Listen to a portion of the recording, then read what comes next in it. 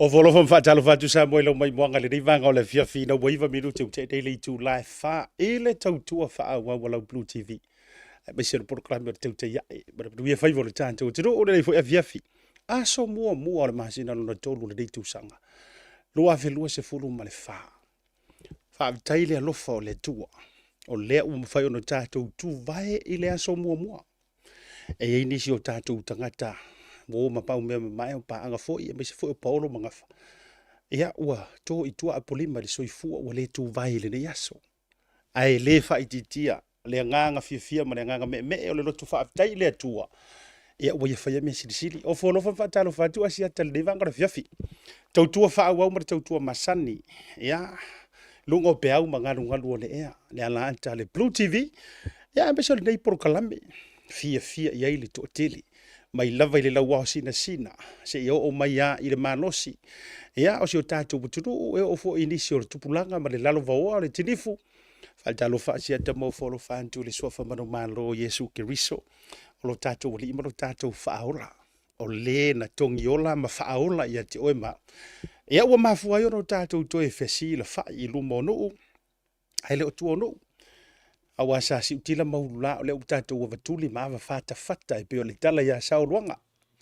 E o utatou so tuli fo i pe o le tala le fono fa ana fanua nei malai o le ma. E le deivanga o le fiafi awa ua tango i ula, ua tepa i ula. E a ua tatou futi manu ula i le anga le leo le tua. E a ia na masao le tua, ia o le afata lolo le au whaingadu wenga te tofi. O le talanga pa ia o le pai sina o le ngadu wenga le tua. Awa o le ua tātou tū na lanta. Ia, ina vai vaa o le whai unga fo i o le nei vai aso. Ai a mata ai le isi masina fau e toru i ai masina o le sāvalingo le deitou sanga. Ma e ura ke le vaveri o le alu aso a. O le asa u whai tau o aso le deitou sanga. O aso ia. I le soifuanga ma le lava singa ma le sāvalinga sa tātou iai. E pei a umaloa le kirisi masi ma le kausanga fau. O le kuringa o le sikirisi masi ma le si kausanga fo. E pe o le kuringa o le koe fio mai o Yesu. E pe a tau mawai. A koe fo ilo ka mawhau. Lua se furu, tolu se furu tau sanga taru wai. Nesi wha se furu matulanga umalava. A ho o ngei nga kuri le kaimi. Se i whaia la ngi wha mawai nga wha kai ka inga la a. O le asa whaia so kirisi masi wha tasi umalava. A o nei lai na wha mawai le to ina male olo matua. I siana whanau. Ai, mai se rara au vanga fo ngai le ngofo ka ngai kua. Ioi, whaia vai sa vai. Whakai ka inga o le whaia pia, le whaia pia ko ngai. Ai, wai loa e se tinama si tama. O le ato e foi le au tiava sa vai la kou ia. Ia foi ia ila tau olo mau paolo ingu i kua. A o lai na tau pule to anai o le sikirisi masi. Ia, e whaake au male ngai kaimi wā sa le ingi Facebook, sa le ingi cellular, sa le ingi prepaid, sa le ingi smartphone, le mangi ngā mea. Ai o i, sa whaatūlanga ma whaataoto i le porokalame o le sisfurua masinga rumanga. E whakaoko i. E anganga whaiako arko inga, ia, o oe lea le urupo o lea. O oe le urupo o lea, ka penga mai oe. O oe e whaia le. O e whaia le au or ka kukonga. Ia, o e kenge lea, to tere lau whanau. O e whaia maripi supo koru paunga.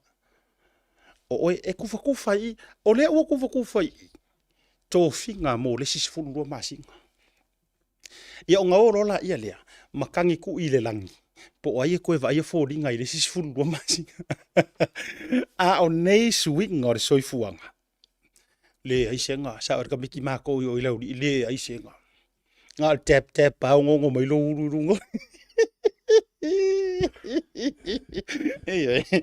esa o ile kadinga siko inga mako e fo le mele o le video call le ngo Facebook e fo lan ko inga ma tu ar fa fonga iyo la fa ko a ma nga fa maru ko inga la sa va di merka mano nga oronga solo esu ai ka kangi ro mare video call e video mai sionga la video mai ai la le ai ngo sion ko rua anga mau mai mo e marka mai kiki mali markere fongi wa kali ka mai kiki man ko video call le me papa le karangoa le o ro fingi kilo ka maro.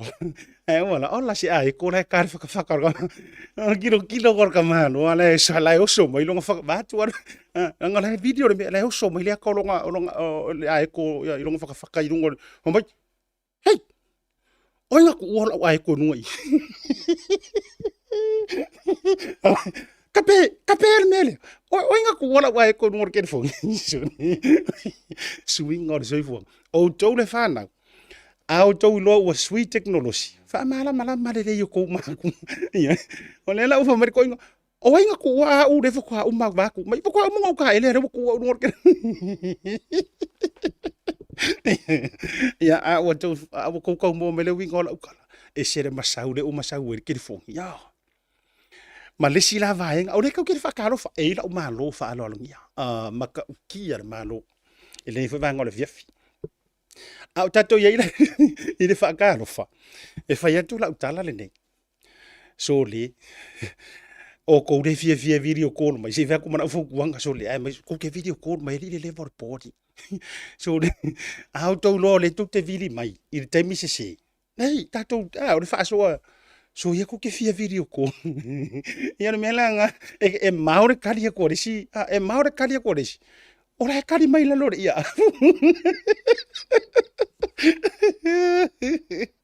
E se voi fai ngona sfala ile ia. E fa ia afur fai ngona sfala. Ia le na. Fa asoa ma fa mala mai ata mama tina. E ele meta o video call, ele meta o phone call. A manga olai au ne tilo atu. Io le silan me le muri aka ko me e se lo marko inga me le o le mau o video call. Olai e le ilo e siro makua. Olai video lo ngaka. Kusa olai lai va kwela ngam. Ia ngali. Lai siri me fe au po la menga ile ro ko. Lai le ilo. Olai kali olai video ko ngore o masingi. Ala wa mau mai. Mai keri ro fa yo lo ke mai. E kere iro fai fai au lo ke mai. Ale vai me fai au video call. Tring. Ya. Esa vai lisi ko ya inga. E ao nga teknolosia o le seu yo va ve mau yo kai. Pesa manga ya sola. E mo inga mau. Ai kuai. Ya. Akala ia nisi mau na wa ke o rua fa fanga i rumor ki viera wa ke pa ira ka mama vai fa kai de Facebook o vai tu share solo mai tanga tari misa ngari si va ngari fa o la leva ko lunga o le tele o to wata o ko fo ile expose mai lunga o le kele yo akale kala fo me ka ka ia ai o fa tele ya auto o le au leva ko ai lunga ai nga o ko kala ke ka ngoi va ku lunga o vengunga ai misa mai ai la ameriska ka nga malanga mo nga la mai ku mo fa o loa ala la va au mai isi kala le nga uma o kala na dia ngo akai e la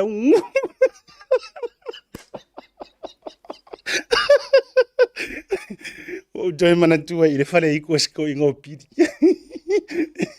ia fai vele misa u kama ho ia le o mari di unga isi kam ka ko i ku vo yo le umama e o fei e ai la lava anu aru si sele la ora kama ke ia le pakai pidi le ai la lava ko e o fei ya onai me vai re ko kadi pa wa ngar kala la kama le nga sau malanga mo ko ngorfalo ka ki ia isi ma upu sa mai siang kala pulenga ia ai ri mena no atai mai la kau ka oh my good boy ya wala varnga aka fataro foi fio yo tala le lungo programe ya me se fo yo ona le tu ya wa fa fo ngai mi sa me ngi foi fio mi sera foi fio mo no farkua si ofisini la uma lo le la sangi pinga ke wai pier ka sa ka waru fa fio si ofisini orang mi sa angangi mi ofisini fi se mari ya fa wai foi e ko mai ala ka ko mo esa o iris me ka ko no mo pipo ya le ali lo ma vo ngai fe au ngai fara ko elengi no mo pipo fe po angi mi sa angi me o fara ko mana ko mana i fa fe ngai ka fia fe ka kala fo pe fa fe ngola ko misa ya eu yo le Ia, whaatalo whātu asiata. Mau wholo whātu i re to tele o tau. Ia, le fo ua se sangi wha manua runga ni tātou porokalame. E le nei vahenga o le afi afi. Afe lau wha malo, ma lau wha aftai. Ia te o tau o woma pa anga mamai le nei porokalame o e fia. E muli tai le tautua a le Blue TV mai se fo le nei porokalame. E longo pui ali i aile pa ia mane mamalu o le atunu ui meo lo tutupu sa tutupu. Ia e wha loa i fo ima wha lau tele taleni o business. Ia e mese fo i o tātou community notices. O le akoanga o le kalalengo ufa ia koangi. E te maua antua tai hao pe asua tu le matou papakiu la whikai hao. Ia e tau mawhasau ba papakiu. E le papakiu o le matou au le ioi. Kirikiti sia matou nuu. Ia e le asua tai hao i nai Melford Park i Wei Melf. Ioi. Ia ele le foi le se fa kula o kamai kalale o ke ia le va sodi ia ai o ke ile la kosi kenge o la ke la kur kenge so le nga ma va senga ya soya ai la kur kenge fa ya asiata o vili mai foi ile se o va nga le fai me la fa ka wi ile ka su po o fai sau la sing ke ro ka ko le o la nga le ta to we le ni mea o le no for treat o fa pe ha o se me ko kingo lo ainga le la wa fa ya kula o kala le runga por kalami ngai papakiu e fai foi au kafa o mai ka ko fa kasi e kauri ai marau papakiu pe lango mai a wa nga a tu lo tanga to umar mak papakiu fa ka ko marau papakiu a me ale ha ko ke manga wai to te atua ko ke vilia ai o kwa ngai kenge sa mo ngai kama sa mo e atua ta watu o mai e o mako mai langa wali pokia ko e si va ngale a wala ko ke puri menga o pisi mar va soren kenge e uia ko ya ka ya or matou fundraising le tau mawhainga fasia matou au ia ai tau na faile me sa la la faila u le singi ia o tatou papakiu a fio atu matala au tu tai ia e kofo ngale lu sukala a o mit u manga ke mo e mo o me kongori ya te fira ile so tau fa te tele tatou major sponsors o tatou proclame le SMI fa te tele lo fionga le pursili ia ma tatou la lai au kilani le u te tala ina nei fai oile oka ngai ai piki e lu farisai sa mo piki e lau ainga tu langa mota malawa le o fai ona oka ina le SMI I au kilani nei same as Pacific 40 Malitalo for voucher PacificEzy money transfer mis o Digicel Pacifica Tasi Market fa te tele lau langa ko sual tatou proclame tatou faloloi mangele mliso tatou faloloa o loa mai tonu so tatou botru tatou malolonga a foi mai fa fei lo I le fionga po le tofa le li pese la wi lo te tono le tatou tru o le foi fa o pe au kile nei ona o kone seti foi manisio fa fianga e ai le tu tau su la fa lo I e le tau wa fanga ina foi le ni wa mai ona tatou langa asa sa ino malo o wale musika tofa ia le sa po le fionga ia Pesetā Ilalio Tuanai walau I lo ai le ni foi te mali ia ele tau tu pese tautua upu o fatunga ia e mese fo I o musika tono le tatou tunu te fifi failo atu le o mawana ma so ta inga wa tonu fo tatou ofisine ai la ka ko mo malolonga a foi mai ka ko la pese a makar ka ko por kala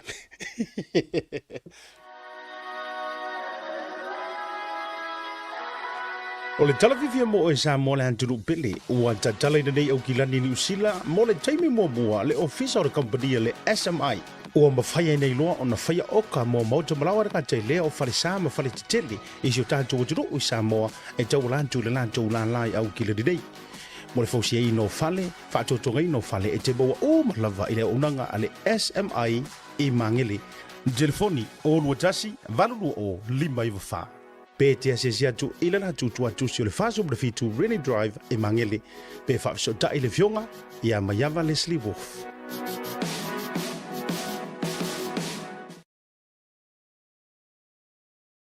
Whaongale tautua le PacificEzy le masino February ma mawai lo vanoa te manu malo ai whailonga tupe tai lua se lau ta lao sautia mo ana paanga. E se fulu whailonga mo tātou New Zealand nei, ai se fulu whailonga mo Samoa. Mai se ina nei whapitoa le aso tofi lua se fulu maraivo February. Awa ne ngalon download le PacificEzy app I lau telefoni whawai, ma la fwoi au tupe whamamoli I le nao le 5 ta la le totongi. Olo awa noa fwoi le direct transfer te posi sa mo yelau se leni le tātou account, ma whaatino la fwoi no au se leni whaonga ai le telefoni, ai inga whapitoa toa. Asiasi mai loi o tātu ofise tolu o Tara o Tāhuhu Pomangele. Pevala au ile o Barsalau o Tasi Onono. Po telefoni masandi o le lua fitu ono fitu iwa fitu wha. Ma le lua fitu ono fitu iwa wadu wha. Ma fesili mo se la lae lata la tātu mo oe. PacificEzy o la paanga mo tupe wha mo modi Samoa.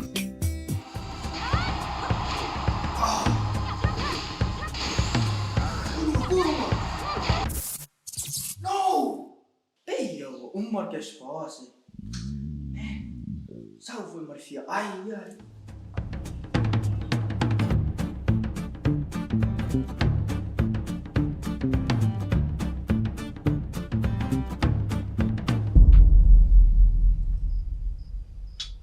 Ei, mas é minha. Ai, sim.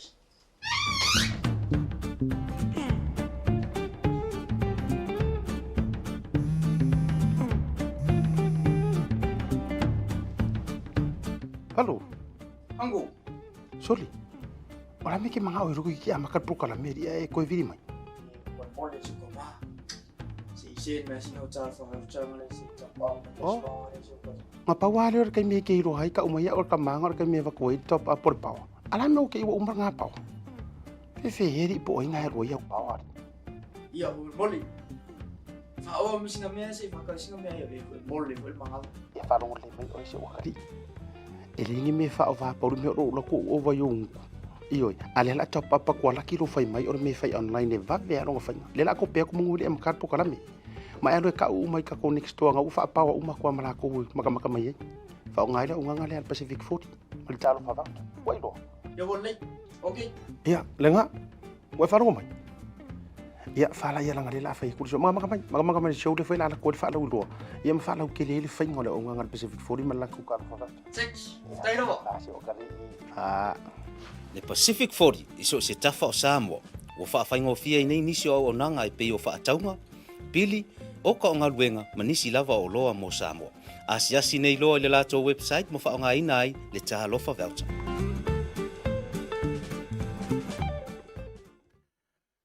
Toi fa fele atu le taliu mai o le proklame malo longa masani e na ua lua se fulu ma le fitu minuti o te daily to live fa.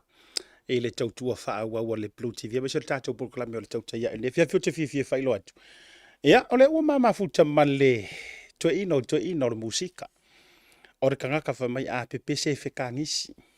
Ioi. A vave uma he feita tangata e wha awa manga o wha umi ai pia. Ioi, o siona leo. Ia, ame se fo i o whatunga. E longo le leilongo mali fia ia iso o se tupulanga. Lungo o le proklame le tautai ia e. Fatalo fatu ilau tofa Lesā ia o la wafionga le Pesetā Ilalio Tuanai e lunga le proklame o tautai ia e ne vanga o fiafi. Ia fatalo fatu i la telenga sata ia fa pe fo ile le pa ia ole whenga lunga nei le Blue TV ia misi le proklame o tautai ia e pa pe na ona vanga ia ina ngalo au tatu o tunu iso se tu la so ko mangia lo kale Sa wanga ngamasi wa manga ia ilu ko manga ngale ia ring ka ka ko maka ki por kana meri ro fio pesca sauli yo kilia ka e mata ele programa ele misia ke mi ele calculo le ma ko finga nge ma ko inga ya por kala e fa tai la a ma lo si pele lo to tua e ono le nai fifia ina inisio tangata sio tatu tunu ya to televo yele wa makan kuskusi mai amor ka a pc e longo ikingo e la ngonga ikingo io fifia nga ya tia ai le fanga solo le ma fa tala no anga o te mana o te tino o se fa manu yanga fo ia tia umar tauta ia pa se fo le Blue TV o ma fa yona maua le ava no le nei o lo fio Pesetā po lo to fa Lesā Ilalio Tuanai e te maliu mai pe te fio mai se i faisinga kakala e tu se fo yo fa manu yanga le tu le taleni ai la me mali ele o mata wina ai ile amaka ono si ufufonga di ele ai e nomo ale deep voice fo ile ya wala amata mo fa pena iyo e se vesi le murmuri atu ai onga le wo ma wainga re kai miringi Whapea uia ai ona o le skyling o lo si ufonga. A le ia o lo whataro, vo le matua tone, le deep tone, vo ke le loa le terms wha musika. Whaina e sau noa amata mai e lau tō wha le sa le tūlanga o le leo, mara whamunianga le tua i lau tō wha, i le nei meon musika. Aftai e siat. O le o mata mai nei, o lo u tamama, ma ona uso sa whaile latu whaile. Ia so ia, ka ola mai au ka kikiro ia i ko inga ma ona uso e whaile latu whaile ka wai misa pe a o lako pese, se i misa, koe whai. Usaula e ke whalongolong. Ala e ma ngau ko inga whaile misela ko me ka wai. Ia, whalongolong, whiu ko inga e kulia o ke alu whai mai se mea ai bale ase me whapega. E ke ile kongi loa use ile. Kongi au me whore lapu ka paa. He kaurolo ka e lo molo u.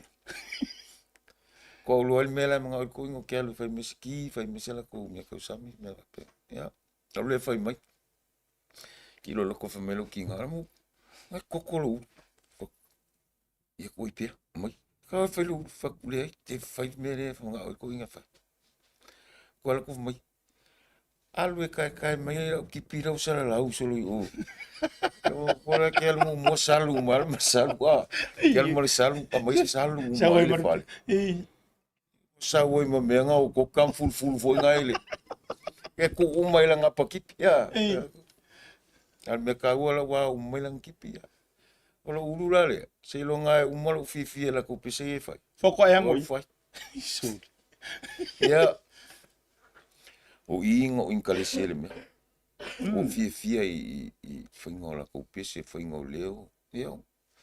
Wa pe au sol pe ya la. O le me ala le fai alwe fai fe au pese. Alu le aonga. Pese ke ia fuel fai aonga ngi me. Ai. Wa e pese le aonga. Uri se wori inga le aonga le ama lisi maku mo le wori mai fai alma ko fai. Fiu fai aonga whakari mai o le wol kai me fai ile. E se pokala me fai aonga. Ma ke pese le lola. Ia fue ai fai ma o fai aonga. Au pese kalanga o ko inga kuri mai alu fa fu kinga karinga lo pisa le fangolongo news. Ai. Ole a fufua ngala le na ia o le whaaloto i whale. Na pasi mai ai tua a matulanga whapena. Sa ole.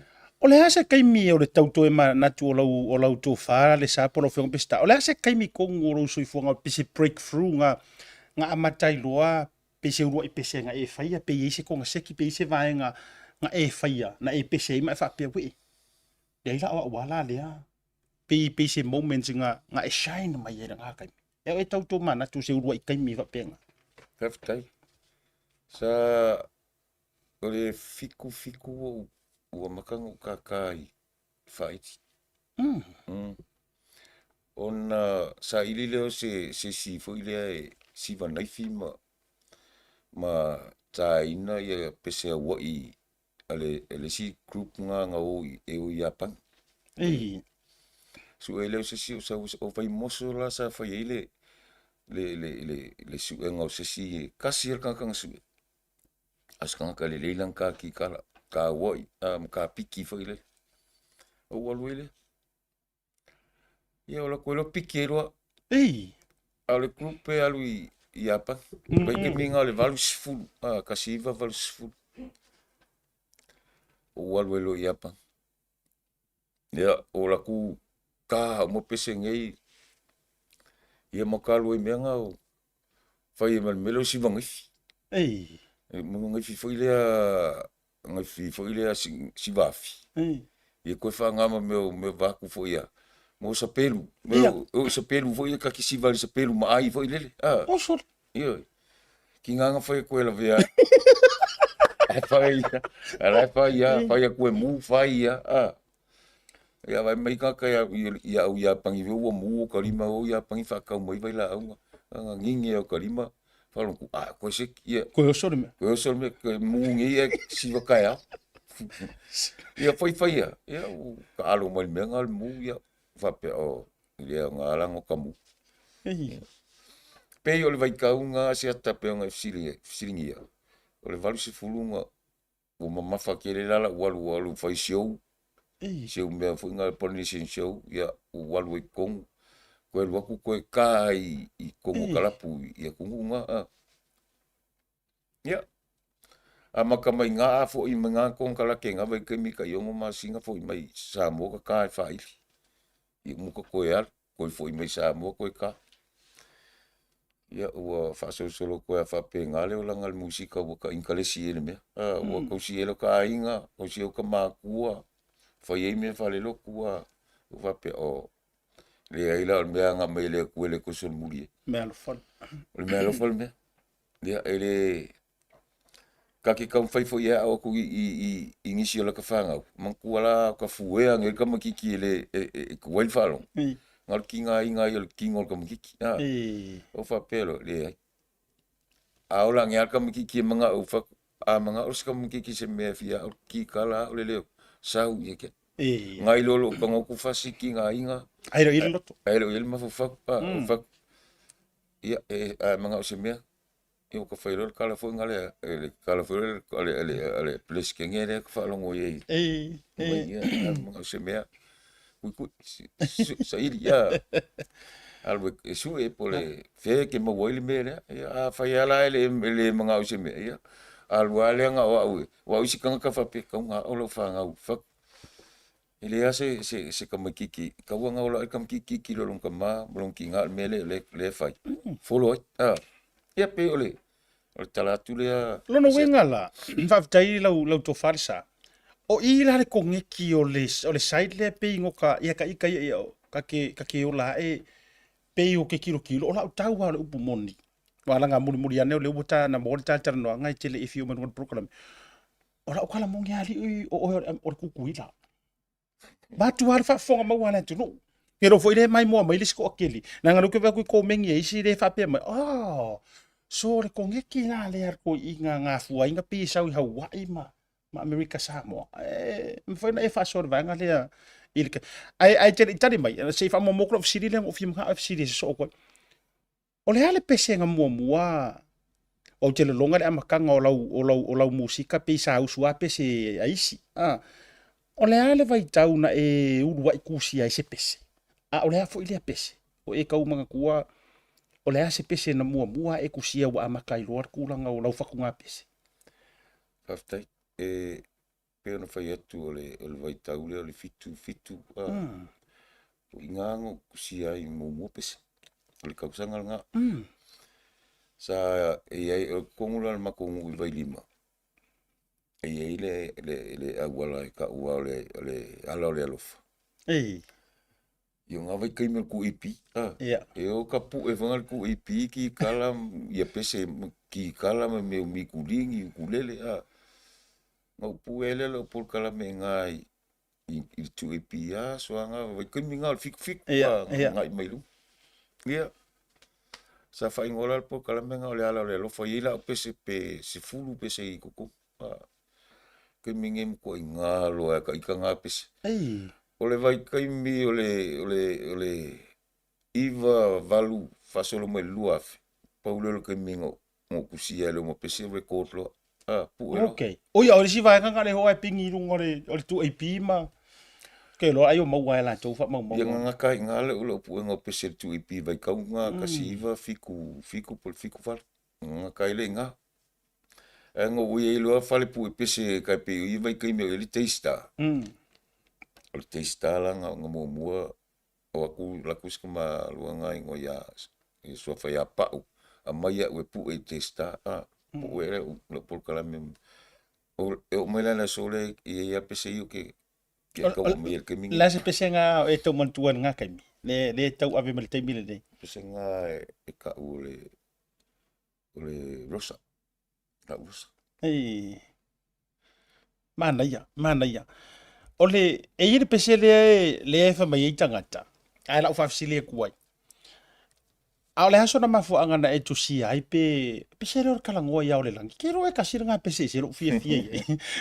O te fia ia e foi le pe e faku mai fa tohe ina o mafaufaunga fu i e ka iro se la ka ia interpretation. Ai e fasiri ko o hatu o fatunga o pese le o le tala no ia o le langi.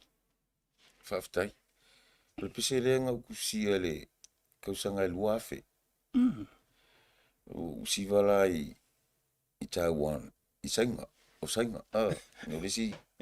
Ku o sainga i Taiwan. Mo kusia ila. Ole o ngā kungu e. E makua ngefu fasolo a ko lunga le se meka o se blue sky. Mesa awanga. Ele se ile mangingo la ko lunga le langi le. Ila usila le au male po. E makua ka va kunga o asu o mo me yo fale. Fale ngausi mea. Ngausi mea pollution fasolo a ko. Ia. Kalu lola e lu. O ka fia sau ngi Samoa. Kalu no le roof. Ka ingo i loa.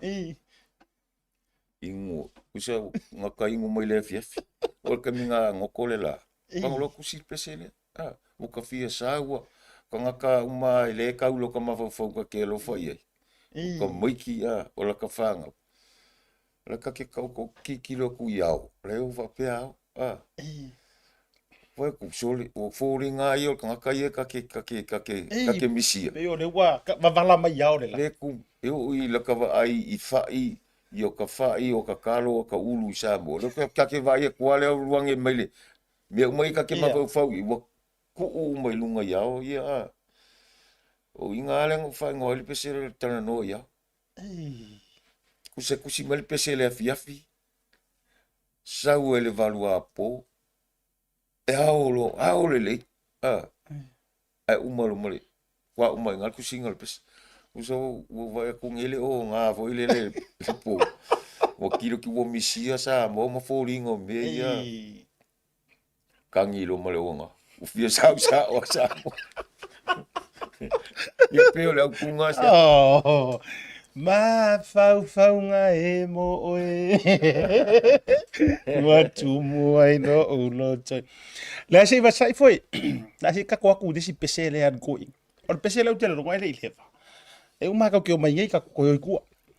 Ai ta sire fa tu nga o te loa ko kiki lunga social media. Wala himba se ka va inga pesele ngai. Ai le ano ko fa fo pele original. O pesele e fa ingoa ina o le taeau manino. O lo taeau manino. Iyo. Se ka foi mai. Ka karangon pesele. Ryan, can you play that first one? Le. Yo le hutu vai tu pe ye lanta mai le taimi na tusi nai le pesele. Wa foi ni mana tu tunga I au tafantu matua tu. O le nei fatunga mantango fielo to farsa. Aftai o le pesele tu sia le Bluwave sulval. O kusi le pes bolevanga. O kusi ka ki ala ile. Oh, okay. Ele ipue siata o mengne o pese ele fa pe umolon kusi puelo. Man kusi ka ki ila ile. Ki kilo ia ko ilo ka ko ile sia ko ilo masanga ilo. O ke vai kulo ole ko yengi ma fo e ko fa ko pese. O kulo mai le pengi kusi ilo. O final pesele. Wow. Yeah. Ele kopelaua. Ele luulaua fo ile le peinga o ngafia uma o solo I lunga. Sauli. Lua fe se fulu valu lena tusi ele pesele a le fako a ngapu e lo su valu. Pe fato a le wale pele. Ngapu ngi le se me le lua fe ngapu e. Wa fo tu ye le vango ma itanga tele pesele nei ma le amainga le pese. Man o atu au patatu o le fatunga lea. Mo o mia o le taeau manino. Iyo, o le ufa ingoa wae o te fifisidi o le ase mafuanga o le afuiso na fauinga o le ingoa o le pese wa e fifili ai ngi kai au mangingo. O le Asiata ole taia manino. Usa o se memanga ia foi le fa peki male fu male kai au e sa o umalo kama fo se me la fa. Ka umai al kai au ka le fiafi. Onga e lole ia fa kai le ku Ngei mea ua maa ngai olo kaso ele ise meu. Ise fucking au. Ise fucking au. Peo i. Ia foi la tangata foi le te whamoe mo i ai. O ia pia o le eka ke al mea sao asiata. Kasi ale le ke whamoe mo o le kua. O le lalo langi ngai. Ia pa pepo i o luku ke whamoe mo i. Ia o ngā. Ai kasi la nga fa ki nga fa to fo ilisi ke ia nga kasi nga ala fa ti nga longo winga aga ale le multi na me fa ngo ka fa o ele fa ka wi ai fa ki nga o le ku ai o saul ia mai le lo pu ia ke ia ko fa lo mo o le liu mo le pes ia o le fa mo lo la ia o Wo suia kulo mo se simo kwa ika.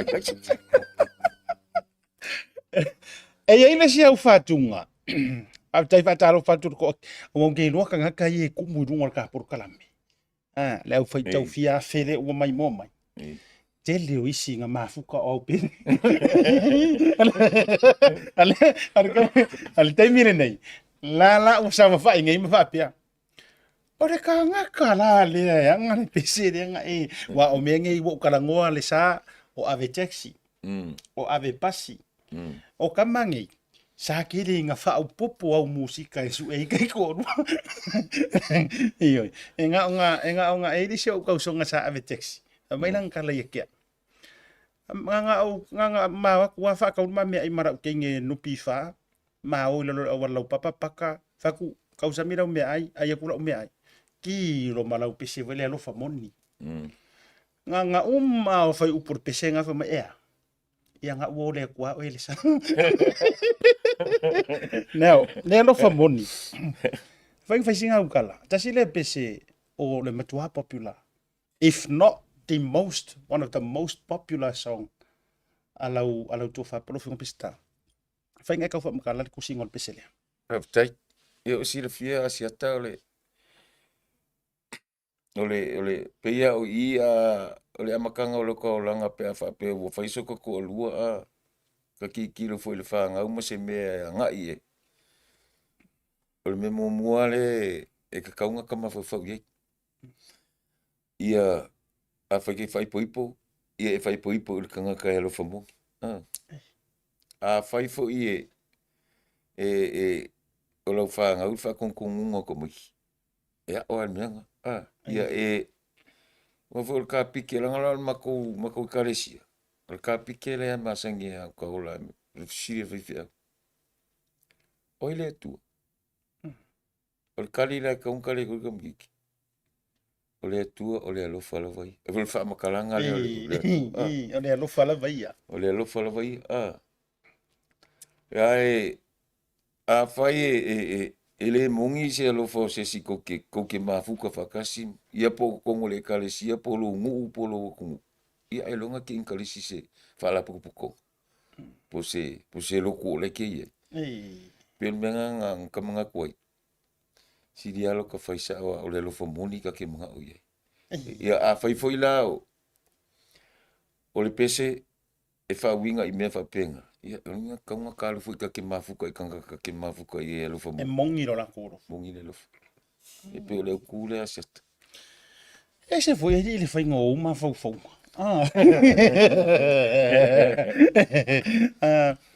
e taimi o le musika si ofisilia tu la vaenga no ta o mo ai lau maftanga pa housewife kasilia tasilea vai taimi ia ka ikangoka na tele mo kwa I kuri makangau mai fa longo ngai ngafo yo ngapo o lo taimi le powerhouse en fenga ka kala ngo taimi le na e yai ai marto maftanga ia le taimi na e tu muli foi a o le foi le sangia tu America Samoa la to wi le pongi ngor kali aftai Fasi umi o kakai kukuila.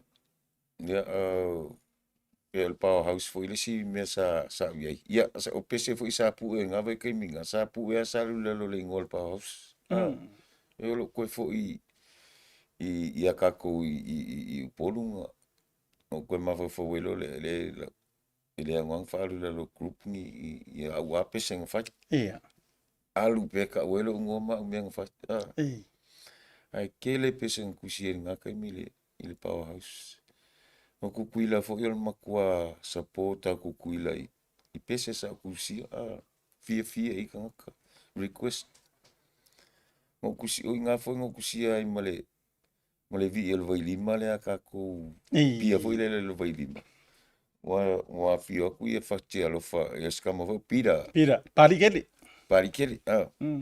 o pira la ko e fai promotion le vai lima era kula male pese nga kusi ku ile skanga ka wa kusi ko kanga kal pese fa mai o le vai o le nu usata li ilangi o fa ku ya pira o ngunge vai lima e mai vai kafe mare fingu kai pi makuku malo fo ele menga au e kafe servukia ia vai singango ia peila ingango kango lo kusil vai lima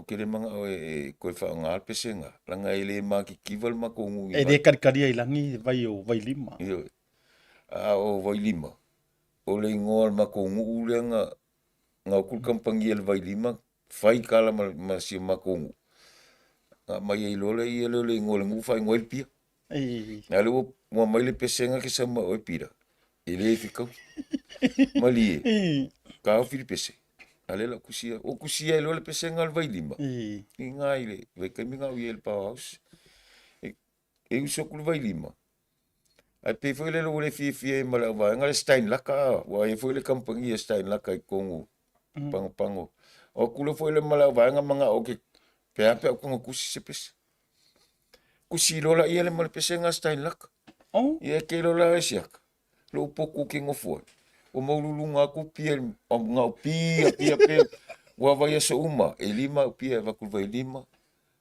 pusa pia va ku le stein la io ia menga nga ia nga me ko fe ko ile nga foi vai kai mile support nga ka ko uso nga ka ko ai ngai o le pesela te sau no inga le pesela le pesela ia mai siva in mai sau vai lima le pesela na mo wai lofi mana ia lau fio pesta o lo fa fisile o ha kai mi o le soifuanga po o tai mi fo i o le aso e kele ai au ma fo nga ku spesi pe ke fia ai e fa ma winga ai o manatu ma i lungo le e kuskusia o ha kai mi le ia o e fak pesi ele taftai o kai mia le po mga lo kusi se pese foi lele ia kam fa ia umangei yang kusi ngei ia se kai mia le po le kuisi se ko pis ia o foi skan ka fi ngalue fi fai mo manga me fa peng wal foi le mo manga e ka kiala api o kalangale se fa se apale ala ke ngalue ka wielo ma fo le pesele le ka ke fiu ka usungi u le ya menga ka sau tangol pengi fa mau ku pala ya le fa penga kol ko ngalu fa lo ngokulu pe wo sa mai fo le fa vai ele nganga pa ia ka ika upulu ia ka ke manga o ku le ya ngal venga ko pelo mo si ai o le kai mi le po ke mi fo le o ngi ko fa la ko pisa se si pe ko pa o mo sembe o lo ngofonga oe ngala fe kulengi mai ia ma fa ngolele ai foi ai si kami ke fiu ke ngofo fa penga ole le ngi wo ngi up menga kulo le lunga le fa so fe ole kai mi ia ke fa ngo ko wo sa kulo fe kusilo mo mela pa maulo o fati o le sau finangalo ia wa ki lo ele si tamale pesele tunu e ke fa nga lava hau fati man tulanga fa pena e ke mau manga ku faki e fa fe fo yo na lo lofi mai O i le ole ko ole faki le wa kasi le va enga la wa lunga ya fatunga ole faki. E mo moli mai ai. Venga sa mo tanga. Paftai. Ole mengi ole faki ole pese. E la wa ile mele ole la lo mengi ole pese kusa le ia le pese mal kanka kusiaka. Aku sila wakal lang pengi lang ululi ke va ku pole ale manga yo lo wakalang kusi foringos kangaka ele falanguo ele manga yela e ku lo e langu iai ole langu le ofu ole langu le laulu ole langu le wa uma me vo ile le lo ka kingol ka impinga le langu la ka ula o me ya ale falanguo ile manga e mai e play na le ka fo ile fa pe malal mele pes o ke fifiri le fakia e fikau e mai le pese e fango ngo upu ai alu pelo la suisuile le faki ai longa e fikau e longa fikau ile fikau ila wanga kikilo ile fikau au mai le faki e ki kangi na ka ngoa fa kangi ka ngakale ile faki le pese ma upul pese e o amenga mai paulanga me e se le pese male kusiak awa ole pese ale leire foi ngonga up e kangi ile skanga even e o ya o ile nga kusia a ele kangi ya nga e ke le lo le wingo pese ke fiolinga o i el pese o kwa ma ngai al fakire male ia ngai kangolo le usu ava ko e fie ile skanga awa ai kangi lau pese langa fai ngai lo le fie se fulu afrika nga ka fika ngi si pese ia o fie la la tato malolonga tato malolonga a foi mai Lenga mai ki kala le io vai esele o ke mga fesinga ka mai ingi lungole e no tato programa que ro forme na te fesa ki na tato bara longa foi mai te fa wa ia ma tato wo i loa i fa la wi loa lenga i kong sekir malo le fa ta pena mresa ta pe mai tato marolo Talofa lava, Tasi Market is here at the Mangere Town Centre, the heart of South Auckland.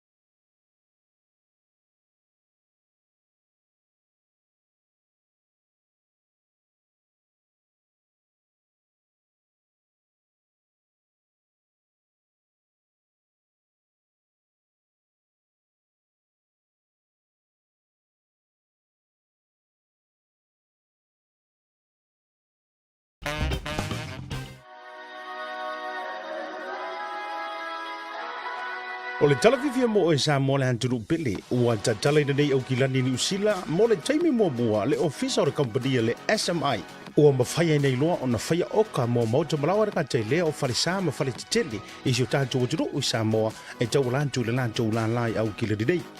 Mo le fausia i no whale, whaatotonga i no whale e te maua o malava i le unanga a le SMI i mangele. Telefoni o lua tasi, valulu o 5 pe te asesi atu ila la tutu atu si o le faso le fitu Rainy Drive e mangele pe whaafiso ta i le fionga i a Mayava Leslie Wolf.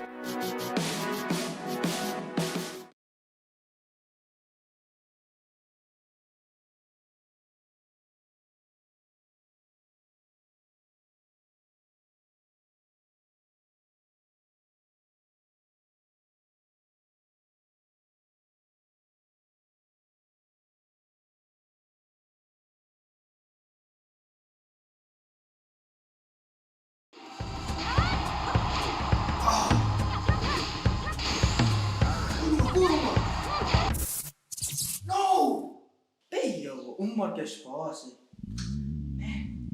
Sao foi marfia? Ai, ai.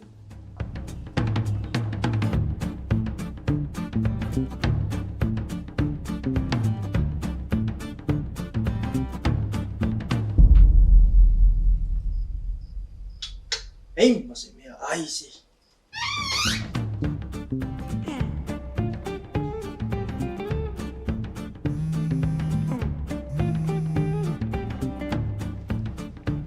Halo, Anggo. soli. Ora me ke manga o ruku ki amaka puka la meri e ko viri mai. Olha, se como. Se mas não tá falando, já não sei, tá bom. Oh. Nga pawale or kay me ke ro hai ka umaya or ka manga or kay me va ko top up por pau. Ala me o ke wo umar nga pau. Fe heri po inga ro ya pau. Ia, o mole. Fala, mas na minha sei, fala, se não me aí, mole, foi mal. E falo le mai o se o kari. Ele ngi me fa o va por me ro lo ko o va yung. Iyo, ale la top up ko la ki ro fai mai or me fai online e va be ro fai. Le la ko pe ko munguri am kar po kala me. Ma ero ka u mai ka ko next to nga u fa pa u ma ko mara ko maka mai. Fa ngai la unga ngale al Pacific 40. Mal talo fa va. Wai lo. Eu vou ler. Ok. Iya, lenga. Wai fa ro mai. Iya, fa la ya la ngale la fa ku so maka mai show le fa la ko fa la u lo. Ia ma fa la ke le fa ngole unga ngal Pacific 40 mal la ku ka fa va. Six. Tá indo. Ah, Le Pacific 40 iso se tafa o Samoa. Wo whaafaingofia i nei nisi o nanga i pei o whaataunga. Pili, o ka o ngā luenga manisi lava o loa mo Samoa. Asiasi nei loa i le lato website mo whaonga ina ai le tahalofa voucher.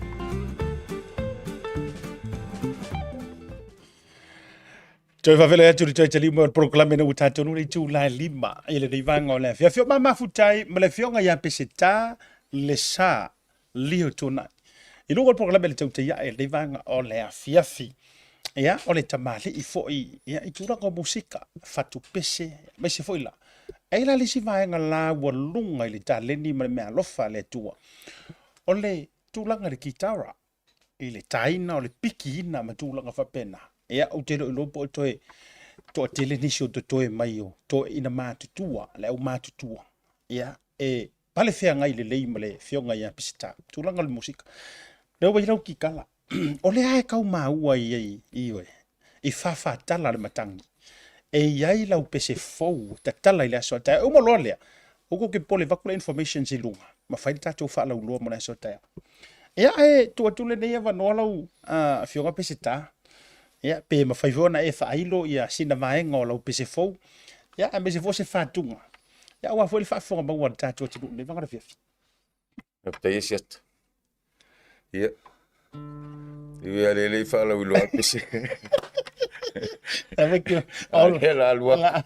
Era lua kul pese langa fainka ia. Afrikai. La fkale. Kai lau fionga de pesca kamalangi. Al pese le ile vanga umang kus. Umang pue. Ale ngol pese le kaki fefe la vai. Foi sa kala. So ka koe. E mole me foi le kaki fai a ka kala foi se me kaki fai kiki. Ko fa pe. Ele si le tu manga a ka ko sa moe. E un fai kiki foi ingi meu. Se kala fai ta. Ia, Maria. Sal me foi ngale ala inga va ke si un ngali ole. Ei. Ole vai vi yo ele se fa kan. Ei. Ya e fa fongo me le. Il pese le.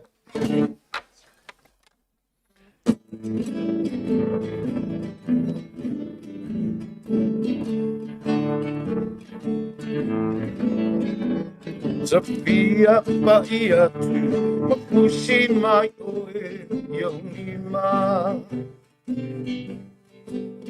ai tateli a petua ia nei fainga o ilo fainga tatele oe sunga Tachipi lava ina sitala na ya oe ae e fai pata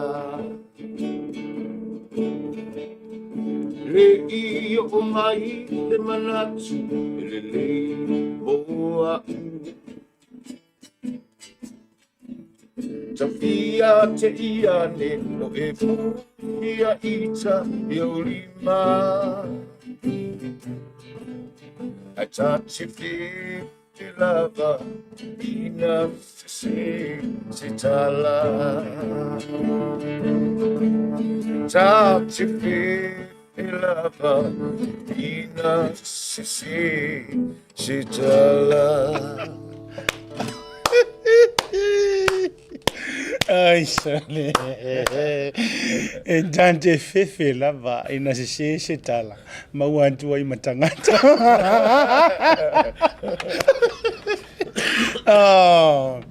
O se whaamanuianga I lunga o le nei porokalame. Le avea maurua I porokalame ua whaamailo atuai. Ia, le pesele. E auti le aso te au. Se sila mai le tātou postale la atu I nātou luma. Mo o tau malava o lo tu fesili. Po o afea a o le afo I le taimi o le no fuanga. E whaatau tai ai le kone seti. A le whionga ia Pesetā Lesā Ilalio Tuanai. Check this out. O le aso a tai au.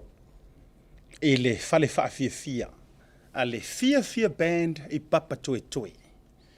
E le tofa ia a Pauli. Ma le lato fu au whainga ruenga se uso ia sanele. Ia, one of the best fale whaafia. Mo o tau fo I olo asi asi mai. I nei, iau te ronei, a mese mātou au kilani. A whapeo o ele la whakua e koe saungi e koe alu I kai au. This one used to be Club Raro back in the days. O le taimi hilale nei, ua matua lau o lunga, se sila mai tātou flyers na ua vatu lunga. E se fulu tala prepaid. Lono winga, you still have time right now. See, after the pokalamele nei, whaafisol tai mai loa I tātou contacts le na utu nā tui luma. Ia mo sau ticket e loko I keli. Ai a whai e te sua tu lea sua kai au. Ma e kau ma whai e ki kau kūlei le kiu. Ia longo winga la, e su lima tā la. Ai a whawe whakia. Ia e priority fo i o e kai au e kia ruakua. Ia heise umi o sau tūtū le leina. Ngā le lakua, ia whailoa. Whakasao role malama I e tonu. Lango, wha moe o le whionga ia Pesetā. E le sela ukana le whaiaku. O le tele o mafukanga mai la kouia o le awantu le wha moe hatai au. Ngalalanga mai ma, fua mai whaku. O le tele o isi fo I upu maleina o loo whao ngā ina iau whatunga. Sa whao ngā fo I isi leo lenga o la kukingi. Lai wha bea hali kingi le leile la forafu. O lai memorize umakua whai upori pese. O lea le whaata ua ia te oe ai ave whaafautuanga o le musika. E maise, o nei o na bola o whionga Pesetā ua ke le musika. Ia, o te le tae ia le tua patatua. A o lea sau oe vainga wha le tamā o le musika, ma le lauia fo'i o le musika o si la fia. Ia, e ngai swing o le musika o ye nei taimi. O lea sau matau e mese fo'i o le tau taimi ma oro o wha au o pia I tūlanga o le musika. After yesiat. Ta wole e whaafisili. Ola ua whautuanga I tupulanga foule I nei vai taimi ma ia mai silfia fo ia si ata ua wole mwhaiono tātou toe o SMI le I le tele vave o le olanga le wa ia le taimi nei. Ia e te tau ona ia ise vaenga o le tātou au ngā tupulanga e te tau fo tātou join ia I le I suinga le wo ye. Ai le mafai ona ave se ai le ano a fale ai o Samoa mal kusinga o ngapese. E ka kau nga fai le le pese. O angi me keika I le si se kanga ka keika ai. Ia upu Samoa ya fifi ai faingal me. O ngi e ali mai lo wika ma. Ai ia. Ia tangi ai le whaaloalo ma le angua a se tatou watunu. I kokongo ngiau pese whai. Aua o kere loa si aka pesa o le mele. Whamai ala ungal whai whiau whakas. Mali. Ai ala ungal kaka pese. Longo winga a fie ma le au whai pese. E whaalua. Mali ala. Winga kasi pese ai. Ai E au ngale pese ko e au ngā fo i whaamakala. E re pe o le lau ngal whai au ngal kasia. Ia, o i. Pe o ie ka ua ia kia uli mele mai au ngā fo i ngā waku visi whaukuanga. I le whātonu e le matapia le mana ia. Ia ai, sa mātou whautuanga i e tupulanga ole anga i mai le nei taimi. Ia, maka i kūlele mei. Kusi le lei, fai le lei, whaki o pese. Vali leo pese, vali whamanga. Uangi i ngā kai ngale, vali ngai. E ka pei o le whai ngale. Al kusiaka. Nge maraka ka fo ile le vange ngā kai la au me whapenga. E keu, i maka ngofia mamanga. Ia, au ngā fo il whafonga anga. Asio tatu atunu. Malo whaftai. Lesā, oi ni, o le momoli mai alo whaanga o le fionga le minister o whaatoanga. Lai mai mo mai ma moni mai lana wha malo, ma lana whaftai sunga la au le mai le to. E le tau lauiloi na tūlanga le musika. Ea e le sunga la au. E se taimi no tau ngāru rue whaatasi ma pepese whaatasi mai mal i taimi fo o musika. Whaftai siata. Ia, vaange a ia pa ia ma malu to ina i lon tūlanga whaatai fono. Ia e mai se foi lon tūlanga wha minister. O se uso asa mako pese whakasi le i le whaili al Sams. Sa ele uso makua o le fionga le minister e sua whai au ngasa. O lio foi longa ingoa. Wa whai whi au ka malo. Le nei, ele ma yo. Ta mako kakai ngawai kai. Ia, o si kamala o ia vange sua whala o le ua. Ia, o le ua. A fia ingungi ma pia ma lio. Se sau ia se uso le ua sau se el whakau mai ma whang. Alu si kama o le ua whakau mai ma whang. Ia, fo i mai mako pia whai hoangi mako pese a. Mako, sa mako iai ma si uso makua fo i o le fionga miskai. Ia wasa sua whai a plaka i vau. Salemo. Skama o Salemo. O Rampo. Ia kama sasa o kama. Ia, sa mako iai. E oe, o mako uo sui wha vai o le Sams. Sams, ia aenga waka mako ka pia pelo walwal kanga ia whailanga wha ili. Ia waka apia inga mali Sams. Ia sa mako iai kukongu mo. Si vaenga nga o. Lai mori meona no whaanga, la vui whamalo mai i oe. Whamanuia mai fo il whamoe le aso a tai au. O aini nei tamā o le musika, ia, e mawhaiwhonga o whaalau tele le fisiri lea. Oi fo ingesi globally, ka pepese longo, palangi fo ie, e tele na taula i eilau sila e, ia la ko fo i whakunga nga inspire, ai mamusu i ai oe, ile nei talendi o le musika. Whaftai. I kua kele ka ngaka. O le kamaingo ia Vinsky o ia o le style o le country music kongo California e Amerika. O la uaido le. Malaka ngaka e ingo ia Kenny Rogers. O le sile uaido. O kamaia. E fia se furu le whai o lako volume se fui e nga release. E ia uma. Kenny Rogers Ma Vinsky. Ma Vinsky. Ia e makau kia fo ia kanga ka siaka e sairi iri e pese kamanga ma upo kamanga. O Lionel Rich, pe o kanga ka kua ia nga ukoea o Vinsky o Lionel Rich la au marius ko inga Kenny Rogers.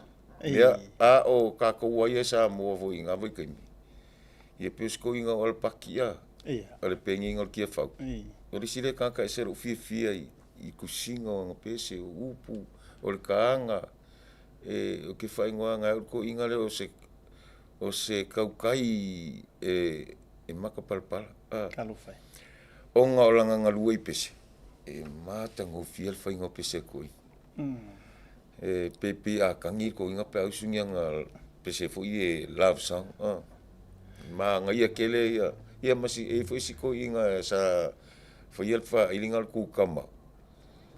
O kaisala. Kaisala le swafa ko i. O le sifo inga uo e se kele le i kukam.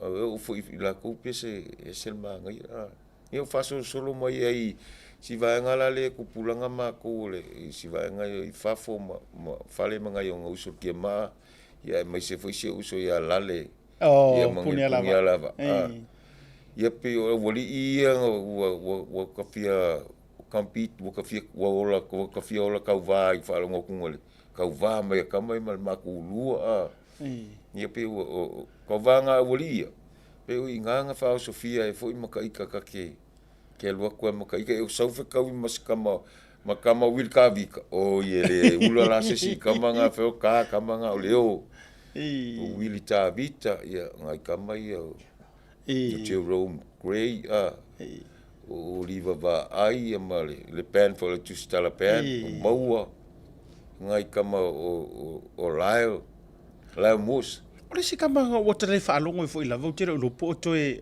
kamana malaisa ili ia malaisa ili sanga la ka la va malaisa ili kamingi tasi rea tangata fo i oi le fo malofa vitai ia manatu Samoa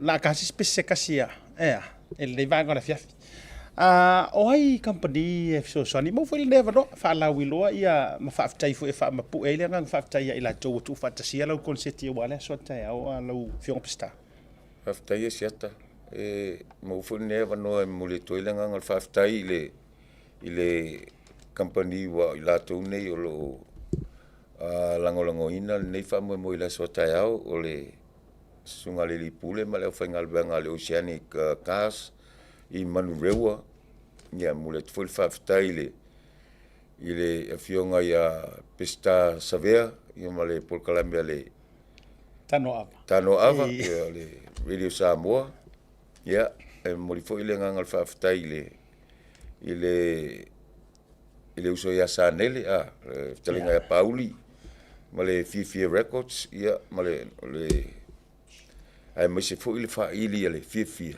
uso ya Penny Johnson Solmona ya male fa ili ya hemi ma achi o ngai uso ma tausona o le fa fo mai fo ia le to fa Pauli e te lai no o watu o MC ia o ngi vai kaua wa kele asi uso le sa nga ilo o le fai kau kusi lo fai kau kus pa ia io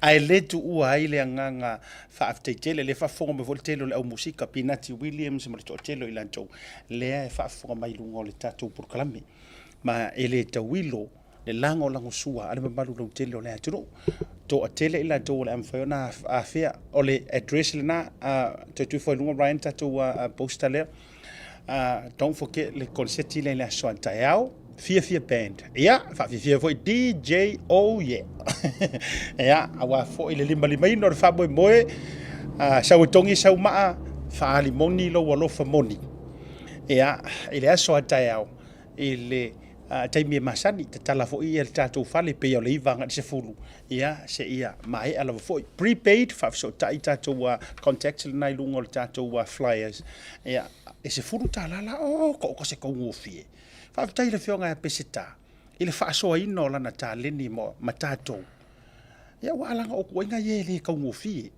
o puta utino ma le upumoni le na Pesetā ai fa fetai o le lava i lo nga lo fai pe o lo pese le o le lo fa mongi e fa mama avenga ina ia ma fai ona forte le totele auto va atwa wa fa mo le so ta singa o pese se kasi la se pese na wa i lo loto tate fa ma vai ai ma sau no nga fai ulo te wonu ngali ta fa tel tel no nga ni vanga le fiafi mara nga fa lalo hafta yesiata ala ole ta manino foi le ngai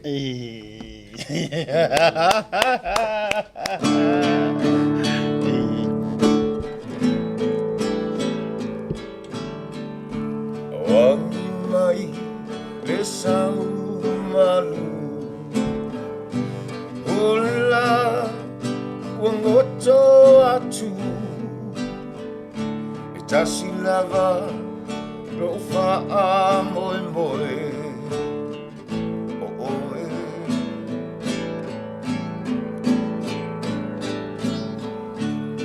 alolangi o nga e wana oe yo mawhawhanga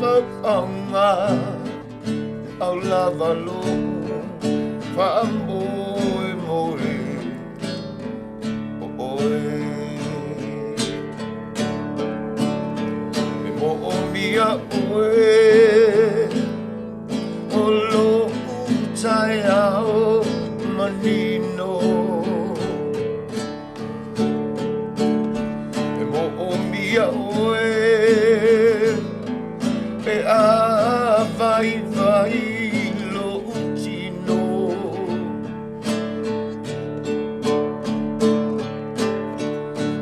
oe o lo malo si anga hao o mai o asoleanga au lava lo pa amoe moe oe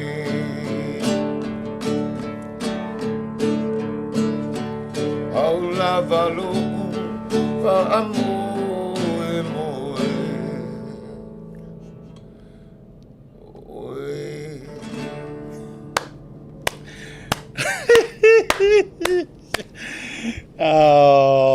au te o fo bea e le fie sua ku le aso kaya ka ro se furu va fi au wa ro fa ku ai fo e te alwa tu ai wale mo so wa vanoa kona seti ya la wi o musika fi ka fo ile o le tautai ya o so ni ka fo ile al vai ngola por kala mele le so fo reile ya ina ia fa la tele lo fa mo ile so taya fio mai sa mo angol fa mo ya o le fionga ya Pesetā Lesā Ilalio Tuanai fai le fia ile so taya ya la tu mo fa mo yang ale por kalame iyo e yesu yo le tautai yo yesu yo ka ko Blue TV o ko ke au te poli iyo o le a ele tanto fa mo ile so taya ya anga le ile tua mo fo lo malosi fa tai mole fa tanga ino lo taimi e te fio mo fa mo yang fo yentia o fo no fa tala no ina se tasio la wia ya o le musika i tono lo tatu tino fa mo ile tua ya sa nga fai ua Lesā tai tele asiata ole ia le matu whaftai muli e whaftai atu i lau talenga. Ia e mai se fo i le pulenga ale Blue TV. I le lau mō fo i ne he wanoa. Pena whai atu walau i loa lau pol kalame le i tonu tato atu nuu. Ia e le ngata i lea o ia ala silisila fo i anisio o tato atu nuu i isi atu nuu. Ai whaftai o le ua mō lo o wanoa e. O te o mai eima tā wheiloa ima lau talenga. Ai whaftai tele ai whaenga uma o lau polkalame i longa pui ali i whao si tātou atunu ia le ngata i lea o le mātou whaftai o mātou o mai e whoi mātou sa mātou leo sa mātou sao ia whafonga si tātou atunu whaftai tele lava i lau whtalainga ia male polkalame le tautai ae ia o le pea ona e sa whtalai a siata le taimi usola o le o tato atu nuu ele tau tala ia. Mali alo. O fo i Samoa. Ia i se vanga o Samoa whakoa alvelo se kala ula. Ai a kasau ngengi usila. O sio ka ai ngale. Mali. Sio ka ai ngale ka ke kua iai. Mali lapa. O ia afi fio mai.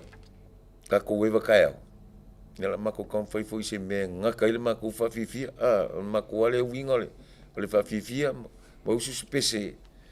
Ya pe ke ulu aku la ke lu ese aku malu makua il kapaka fal kamu mo fal le yo no mo fifia yo se mako kalele asiata al fa fonga mai fu il kaku ku ia kamu yele tu ile fa ingol nei va yaso ya fu fuanga fo i male sa unioni atu le aso ta te pena ila so sapati ia sa unielo tu pa ia ya wa fu ni vi inga ta wa mo tatu ta pa u langi sapati mo mo.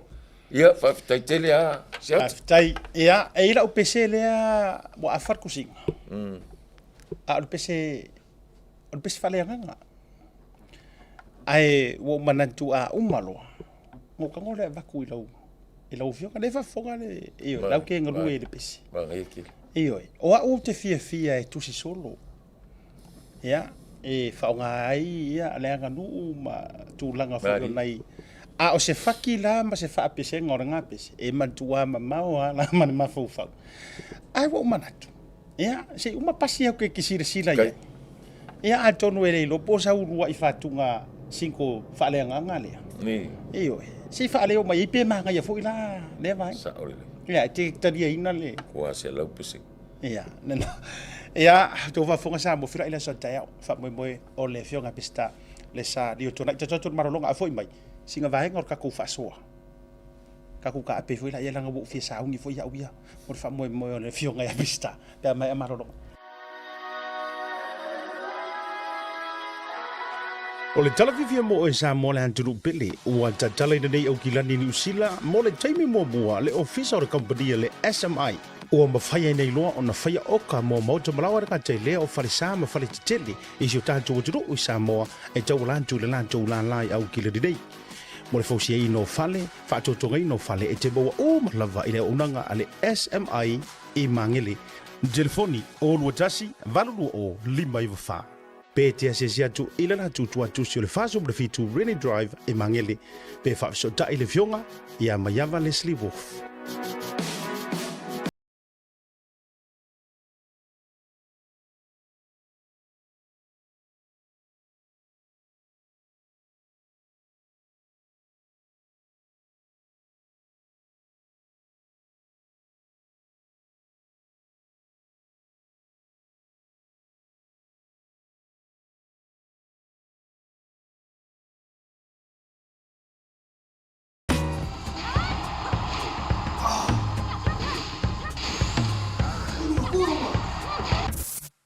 No! Ei, uma que as fosse. Salve, Marfia. Ai, ai.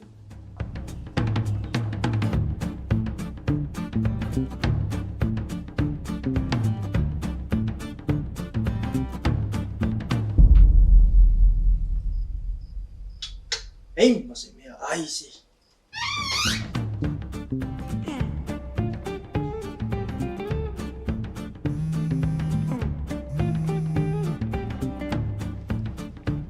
Halo, Ango.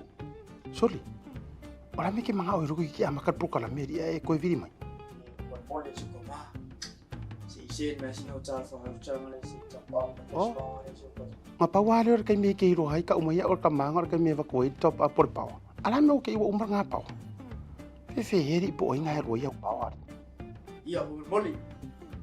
Fa o mi sina me se fa ka sina me ia o moli o manga. E fa ro le mai o se o kari. Ele ni me fa o va por me ro lo ko o va yung. Iyo, ale la top up ko la ki ro fai mai or me fai online e va be ro fa. Le la ko pe ko munguli am kar po kala me. Ma ero ka u mai ka ko next to nga u fa pa u ma ko mala ko maka mai. Fa ngai la unga ngale Pacific 40. Mal talo fa va. Wai lo. Ya boleh. Okay. Iya, lenga. Wa fa ro mai. Iya, fa la ya la ngale la fa ku so maka mai show de fa la ko fa la u lo. Ia ma fa la ke le fa ngole unga ngal Pacific 40 mal la ku ka fa va. Six. Stay lo. Ah, Le Pacific 40 iso se tafa o Samoa ua whaawhaingofia i nei nisi o onanga e pei o whaataunga, pili o ka o ngaluenga ma nisi lava o loa mo Samoa. Asiasi nei loa i le lato website mo whaonga ina ai le tahalofa voucher. taimele wati le wa afatot le tu lai lima. Ele tautua fa wa wa Blue TV ma ser program el tauta ya. Ele nei vanga la via firma fa tal noga ba le fionga ya Pesetā Lesā Ilalio Tuanai. Tauta lo auto. Ya, ka ilo ya ile to te lele ai o vai atu isi ko meni ni si fa pe mai o le taimi mua le foko ava ai ki ngo ia SMI MTV ma tu langa fa pe na mongi lava. E o vai atia o le upu mongi lava le ma le upu tautino. O se fa manu yanga ya tia. Fa mongi yanga ya ke au le mafai ona o fa tala noina. O tamali i malawi ane o le musika. Ma o se fa manu yanga fo i o le olanga ma le soifuanga. A o fa ngā solo i fo i le tautua fa salalau ma tūlanga uma fa pia. O se fa manu yanga ia tia ule maua o wavanoa e fa tala noa e i la tau nei pe i laos. Le ngata sunga fa fenga inga la le pete ruma le fa tua ma le puni la va. O maua le wavanoa te fa tala noa i nai le alo ma whanau. Ia, se aso fo i o luma ma tūlanga ia ila tau ole tia maa manisi lava o tūlanga o lawi o le musika. Ai mai le tele o taimi. O le fatoa o mo fo i leo se avanoa. Faatala noa ai le tasi le nei. E se lo u faalolongia. Singa vaenga o le faasoa i tūlanga le tato me ile nei mata upuno mana o faasoa ile le fiafi. O le kāua ia, o le mai a e o lo faiva musika. Mua kauleleia, lua, amanga ia, kolu, faalolongia. Iyo, o le tāua i o le uma e mamangoto lo waa, pe mangoto lo safo lau, o se tautai o le musika e peo na sau noa le fionga e Pesetā Ilalio Tuanai. Ai, kau e kangaka. E tau e tangata. E umaku au ngā kupulanga mau ngā tupulanga. A lai kau e kangaka. E mafua o le ana tau o e ma vii o e ma si o e. O ngā o mea le lei ngā ui mai ai ma le ngā su o le kai au sa e asa inga. Ai a umaku au musika. Pe umatu fo iso taimi po le halava musika po le. Pe o le whaasala lau fo. Ai umaku o kai mi ngā o le ingo sia. Ngā o le ingo sia. Mata ngā. Whakoi fo. Malo vale. O a uma upole nei vaitau e ku uiai. E le ai mangi au ngā kupulanga e kalangoa i le musika ia oe. E maua tu lava mamamae atu. E kaipeia o le mamae se te ufunga la au ua le tu ua i se vai. Ua le whaasusua. O vaenga ia ngok maua mai ea ua me se foi o la u matau. A fua whare ma faufau. Mai le fiku. Mai le fiku. Se i o mai le taimile nei. Ai a pese aku. E toa tele, e mo o mia, e aloa ia, ko e amanga ia. Eyo. Whātunga, tatia ia. Po le ale tūlanga o le soifuanga wa iai pe wa e roku pe wa e le roku po le alava a o le tāleni. O le tāleni le aunga iai. Ma le wha lau te le ina o le tāleni. Ma le wha mamaruinga o le kālengi. Eyo. Ia, o nge yonga po. O le ke le i o le maupese ua saungi. E whai o le i o se winga. Le ai se ango. Le ai se fe au. Le ai ma se mea o momori mai ai. O le tele o le pese ngao i le waku muaingi. Tulou. Eyo e. O le eva o lea. Le anga fo o le power of social media. Tasi le vaenga tāua no maua me le whaasoa le tamari i a Pesetā. E umanga kusi le pese o whakakia lea se i. Kau iei se kaimi. Iyo e. Whakakia se i kau wa aipe iei se kaimi. Lua. E whatoa mwhai leo na pu whaalau i tele. Lua. So le ka kaunga e langonga fo o le winga o lau pese. Ala se ka ua o le pātelea. O le pātelea anga wa o se kusi pese. Anga wa o se kamama se kengi pese. Wa o taking a wholeheartedly. O te avea maro uloko a kua. O le ale pese, o le ale vaenga le whamai. A e le kangi lau pese nganga e kusia. E ke le lolonga whaka ua mai le kangi e fo. E ala whawhela nga e manga o e kangi e les kangaka. Pe a o ia o e nga e kusia. E ke le langonga le winga o lau pese. E ire kaimi waka vavai o kuai. E pe ua kele mai le au whaku pese i le whaku inga ia whaki ngā les. Ia. O lau vai leo wa vai tuai. Ua fou wale o mai le ua iai le taru fou ma le lau mea toe nuti o le musika. Ua o mai e whao ngā leika. E whaatau matatau ai lesi kangaka. Ua whao ngā le whiai ngai e o mai e whiai ngai mai ai. Ma lau whai ai fua le musika na tau wasa. E ka kau fo i keimi ngei le au musika tulo. Tu alalo le al prokalame. A au ku alalo le prokalame le whainga malo. A au ia Samoa antoa. e le no tia fo ilo no te man tava e avatu ia ile au musika e ka kau fo yo ko fa ta waina le afu le lea ma le afu sisinga o e ngā sa inga mai le ngā suur kai au iwe e te tau ona fa ta waina aua ne i uvaleina le mai le lei o le musika aua o ngei o ngapo e palo le va o le silisi kusiro marpesi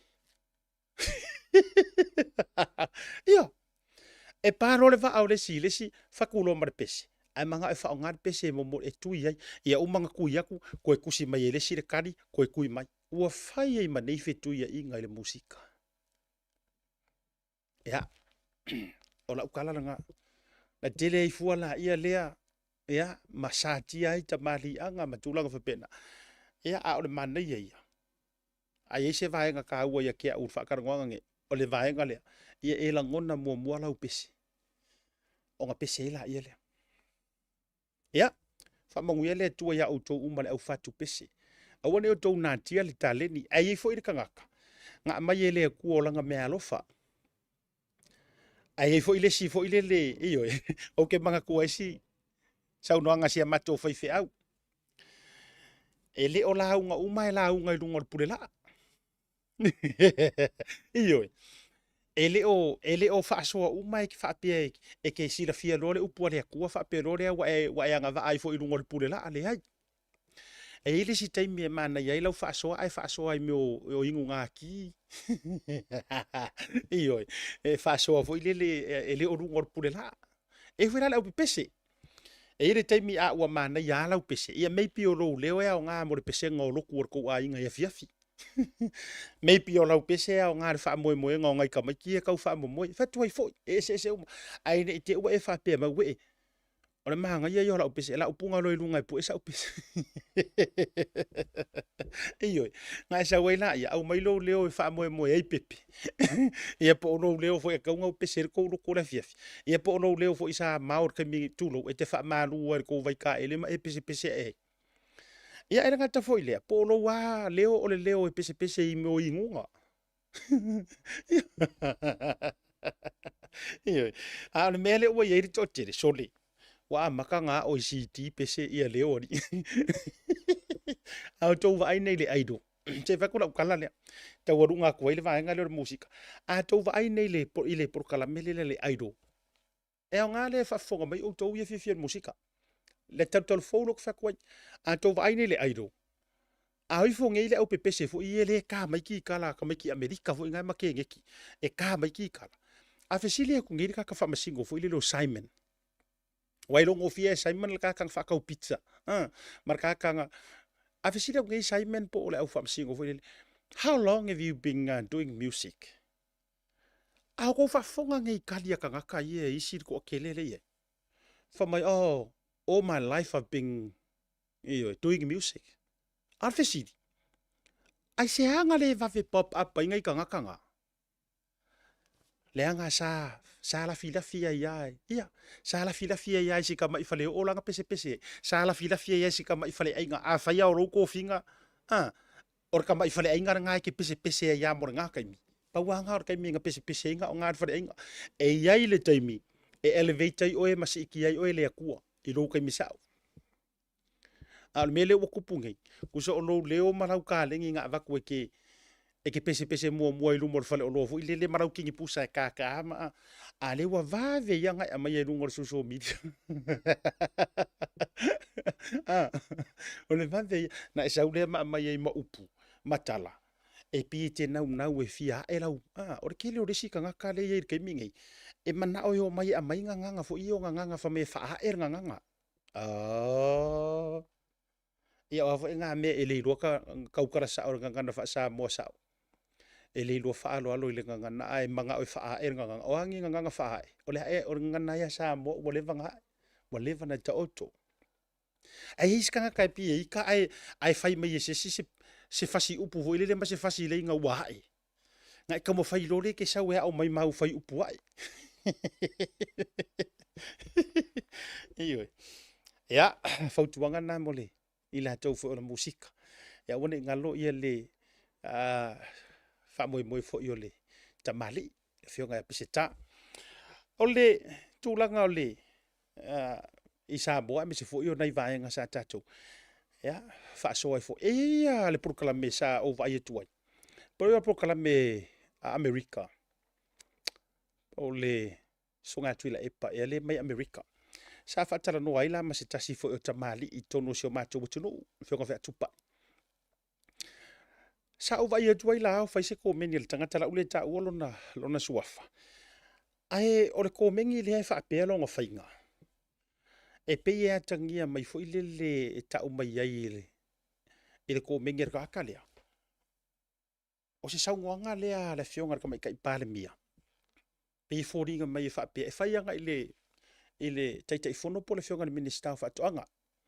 O re koe kari konguinga le whionga raka mai kai pāle mia. Ioi, aenga o whaualo ma tuloula ia whionga mingiska. O le whesiri lai lo ma whau. A whai e mongi ia saungoanga. Ioi. Ia. E mo i ela o lai kau whaale he kongu totonu o le whaaloto i whaale. O le whesiri. Walanga i tō telefo ila tō wo e whaapea mai. Ia. E re kai ia whaasoa mai e loa ele o mai a siakangi whaasoa e ko kongu whaaloko i whaale o le fast. Ioi. A le ala wo whaiatu lau tala. A whaapea nei o le tangata lea wa orkaka lea. Ia, e ngu whaakasi ma le whionga le kamai kai pāle mia. E le nā tia le nā vaenga. Ia, maua fo i whawhatala ma tūlanga whapena e avaku ai ka avalea. Ngisi o mingiska, ia, peia sa ia whamealo whawhasi ka avale sa kau whamealo whape, sa whamealo whasi ka avale le whionga le kamai kai pāle mia. Ai, a whapea la o tuainga saunoanga ia lai whai. Ia. O ke le lopo fe o mai information sa matulanga whapena. Ai, o le whisiri lai le mawhauwhau. Lono winga la e eise wha amao ni anga o lea e tau. Tau wha le tonu le. Vālava ia wha aloto i whale. Ia. Peanga whakula ukala isi por kalame. E leo eise me o tupu in terms o le pati al whaatotua i le tua sa ma utasi. Ai a fai fo o yenge me o kukupu. I think it's the person lava ia, o le tangata lava ia maanga personal issues. E siringa wha upu whapena walanga o le pakia ma le whaatulanga ngā olo iai. O le whainga mā lofo. Ia, o lai ngā lulu e a mingi skaya ka ikasi o la tau fo i tūlanga. Ai, o le kali a le tautai ia e wha whainga o fiele no fufi le mu o le tātou watunu. E ki rongo fia le mingi ska, la e mingoi yanga ia ngā luenga matulanga whapena. Eo i ngā fo i oro wavala mai ai le mingi ska o lai ngā lue matulanga. Ia a whape fo i wawa ia tula tunu e lea yangi meo au mai a lea ma lea. Ia whapena, ai kese whaingo fia na whauinga whapena. Mingi ska soi fua malolo inga, makuaru le a koranga ruer ka malua. Mingi ska o ngā luenga, makuaru le a koranga ruer ka malua. Ioi. Kele, you name it. Mingi ska whakoanga, makuaru le a koare, ngā ruela iai. E leo lilo ase, i le vaa ia tua le turu, ele ase vae ngau lilo, tūlanga whapena. Ia, inga ngei, kele lava fo i tonu ia pe a whape whamaongia ia, whamatalanga. Ia, e rongo fiale, mingi ska lai ngā rue matulanga umai, fua mai ngā ruenga. Mai, pea na whaia tūla o whaasoa lea. E le o kanga ka uma fo i nei te utatou whapea. E le o kanga ka uma fo i kokongo se au vaanga mangu malo. A mea e tasiro la tau loto matulanga uma. A ole fautuanga e avatu tu tonu le whainga ole pati e le whaatutu i le tua sama utasi. Pe a whapea e mongi ia whawhakala. To e te pali tau amatanga. Ole whakuanga rea. To e te pali tau amatanga. Le tau sāvalinga, ma le tau ngā lulu e whakasi, ma mea uma sao tau ti ngā ina whaatasi mai ai. Manga kuar vaenganga. Ole o langa mare soifuanga tate vavai e tuai nei meo porokiki. I la uia mātau atu i New Zealand, mai se fo i kiro aku ia kākou Samoa. O le po o le whaingo fia ia nga e whaangalo o le mea leo le alofa. Leo langa whaporokiki. A tau si le sila ngai Samoa i leo langa whaporokiki. O le whaingo fia ia nga whaangalo e le tangata o le alofa. Le ale winga o la ukala. Mai kawango kango e whaamangingo o kure winga o la utala. E whaingo fia ia nga e whaangalo. O se rua ngā ruenga nga kouki ngā inga mai ai. I kaimi e o whaporokiki. Lenga fo i e mafua mai. E nga o nga maua o le manguia. E whaakua ngā i leo ngā vaenga langa i leo ni mea tū mau. E ke maua loa le manguia whaangalo ia oe. Ai e koe fo ia, e ke koe fallbacka iau au. Ia po lo fo i masangi po lo natura. Yes. I've studied that. Ai e loa fo i oe i le kaimi e whakia ai lo sa. E loa i fo i oe. I tūlanga vaenga whapena. So o le toa i ngā vaenga ngā ka ke vai e koe ika i e whainga whaaporokiki. E whaingo fie ia ngā whaangalo. Whaingo fie ia o ia vaenga. A uwhai tau atu nei le tele o vaenga ia au mai lunga o penga ta whailangi a me se fo i o lunga o le Facebook. Ea, ua o fo i nisi o mingiska. Pe a whai e wha maongia. Nisi o minista mana i nisi o. O ala tau fo i whainga matulanga wha penama o la tau wā wheso o tai manisi maisi. E peia ngō kākalo. Ngō peia ngō fau kua kuru kero kaimi. Awanga i ngalo ia auto e reise me lilo. Awanga i ngalo ia kākou Samoa. Sika ma ia kungu ua. Arua fongo ngei mapai malawhai. Whakeke inga lela wakora ukala. Peke fast a whai ngai ke rua whai rua fongo kanga masui o le HRPP. Por ka i o le. O re kua ngai por ka i o le malo. So le. E rua o mai kangaka. E rua o mai kangaka. E le se fo ila isi. Kakia ia. Peo no whai atu. Tatia ia le meo le tau whaaleanga. I ta mali anga. Au ke le tolerating ala vaenga nga au ke le i oinga wera e ke fake page ale HRPP pe ke fake page ale fast. Au ke le i oinga le ka alo kingo. A o issues ma mea o vaenga o lo tu ina mai. So le e whai ka ringa au pa. Nga o nga fongo au kuro o se ka whakai ka ilo ke wakua au porkiki. Nga o nga fongo au fia mema kuila epa po pai mala fai po ai lua uma. E loa umai kaka. Ele ia se mea o lilo. Nga o nga fongo au la fai mai. Nga o nga fongo au mingiska, isi mingiska. Lela fo ila lea. Lea fuai. Ona au mai e tangata i runga nisi o vaenga ia. Tūlanga whapena. Ai o le fautuanga male. Tua lalo. Ia, folau ma le whakua. Folau ma le whaatua. E o folo uloko. Ai whaamaongia kala ie au mai e. E le wari ie o ifo i. Le au peo popo o ia. E matua o fo halo uloto. Il fai ngā malo leu ke kalangoa kuai. Ka kia ia walanga a. Ayayangi whaale kongo rei kua ngai ele alor por kalambe. Ele aloa ma wale vale la kausanga mar kausanga yonkua. Ele mapule fau tua asia tamatulanga whapenga. Ele fionga ele kai ole kua ngai me se fo yo. Ai a faila ye fa maunianga o saunga ngai au mai ele ale le pule. Malanga kama lea male siungari ile fa mamisa mai kupi. A fai mongi la saunga ia. O lai e te ele ulunga ma o loo vale fo ngā vaa ka korwia i upu se sao. Pe a fai o la tau walanga lai o mai la kou fai mai. Wa lo fai skama i ka i pare mia. Wa lo fai a pai ma la fai. Wa ma. A fai la ye se wha maungia ngo ia wha makalanga. E ka kaunga sor autali i ka kou. Ioi. Ka kau. A o ai lava fo i po ai le se fo le ala mea.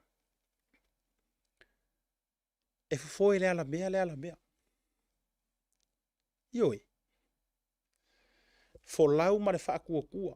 O le wha tua. Na whai mau tau tarita mau tau anawa tau. Ko ke fo lau ai. Ai leanga o le aka le laka vai kuai.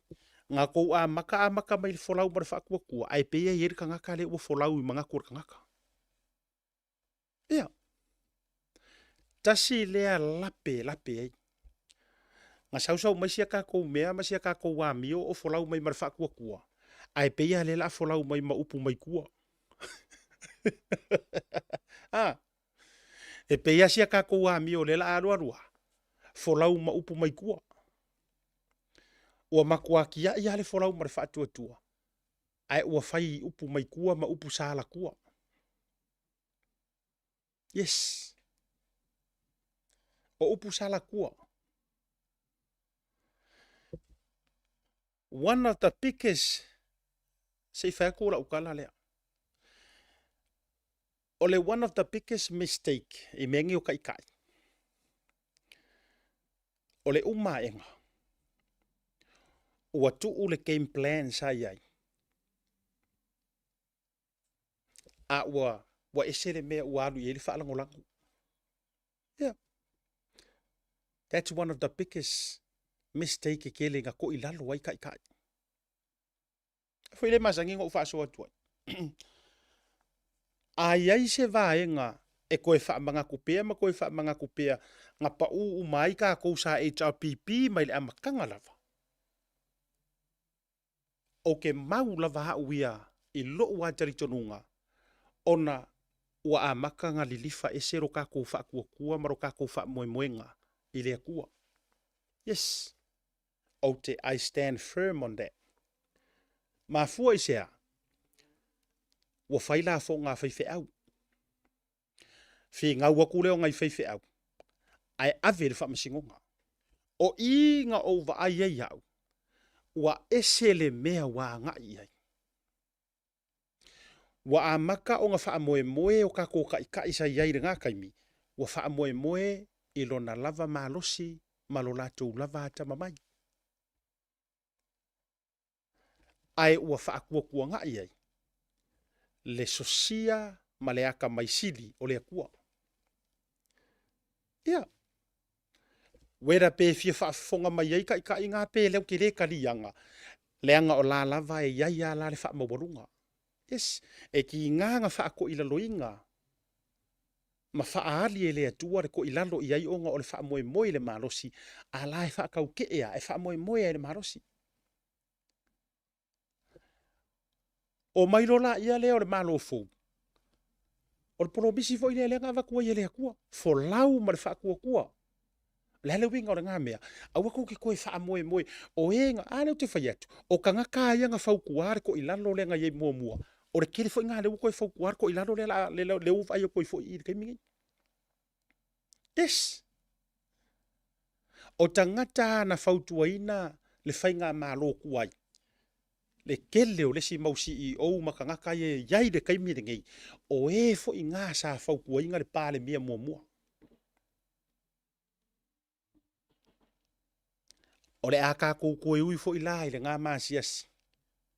Upu ngā le aki epikopo. Fio ngā le matailinga. A koe a ami fo I le māsiasi. A o fea e ngā o lako kaua sainga. O fea e wo lako kaua sainga. Se fea kuala ukala le e le whawhakala ngō maua. A o le whawhatala lea, o le whawhatala no tawa ai ai runga I tangata I le langolango ina le whainga malo. Ai la ukango pe wha leo aku e le whawhakala ngō whanongo iei. Ai kalosia e le mo I ngō whapea uia. E le mo. Kalosia la e le mo I kawarunga koe kako whaso. Ai o le whawhakala ngō maua. E pe ia wale fia le fionga kama I kai pāre mia. Ai koe whaingi ngai mea o ngi supporters. Ngā is whawhakala. Pe ko whak. Au whawhakala o mui au mairunga e. E ui alfa mai ele kauria nge me o social media ma. So le, o le malo si anga ngā lalangi ma le mele ua iei. Ai talo sia, ai le mo i ngā kala. Ai a whaapea e moi. O, ua ki le la wha le kongo sia ka koua mio. Iyo. E le kala ngā mga whaalongo ai. Whamai o tue fia le whionga le tamaita i pāle mi e ngei meo fast supporters. I don't know. Karo si le moi. Which is I believe le moi. Ai a whaapea o iaisi ngā whasi moi. Ua te le la le wha le tonu. Kulo. Pea ngō ka whaiaku e le ngō kia le kua lalo ma le whangu. A whai e iaisi moi ua ke le wha le kongu. O le wha le kongu. Ua ai uru kua ngai ka isi. O le upusao ma le upukau kiu. Pe a moi. Ai lango nare maa whana i le moi. Ai a whai e iaisi whaafasi moi o le melia. O. Ia ua ai la uru kua ngai ka isi. Ua maua ula futi. Ioi. Ua maua ula fuki. Ai karosia. Ia, ele mo i ngā kala. Ia, tau runga le prokalai mele tau te iai. Nei vanga la fiafi. Matulanga ma. E voi whawhatala o la ua vatule a pili. Ele whamasinonga maua lunga. Ia. Le tulanga o le keisa sunga Samuel. Vaenga whapena. O mangkuanga vaenga lea. Kaurunga mo ilo. Mana tuala o whaasoa le son na feel conflict of interest. Ala fio te mai tai wha masino. Le la o koe manga kua. Le keisi le no o fiu e mawhau le son nafi. Ai whawhetai a wo toe maua mai la tau na fisosoani mai. Whawhetai a ye o lo whaia. And I want to acknowledge. Whawhetai, there's a lot of people o lo messenger mai tua. Matulanga, o lo help mai. E fisosoangi mai e confirm ata two issues. Which is e lo ngi fake pages kanga kaya. Yes. Lau ke confirm mai la ko ke loloku whaakasi, la ko ke confirm mai la ko ke whaingaruenga whaakasi, la ko o ha umani nei vaenga. E o i ka ngaka e whaingaruenga whamsingonga, e o i ka ngaka e whaingaruenga malo. That's why o leo ke whaamanga kuaku. E le o yaingi miko me o lilo. E le mas ko me o lilo. Le e maramalama uma kua ia asia kamarkau ka iae. Fefe pe anga ufa ape o le si vaenga vaenga le sawa marua kuroa. E o ar kaimi male ikula ko fonkanga inga fai. E la ku mai runga i. O lo ke malama uma i ai. Ai fa afikai. E le pa mauso kako sia kako wa mio. E fu fa ko fa la inga. Ioi.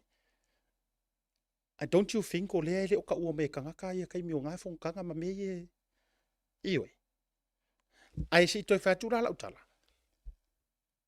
O le e ele case sa tatauna preside ai la fionga whamsingo ya Amperosa Roma. Sa ele case, I think one of the cases or se furu pasenge or something like that.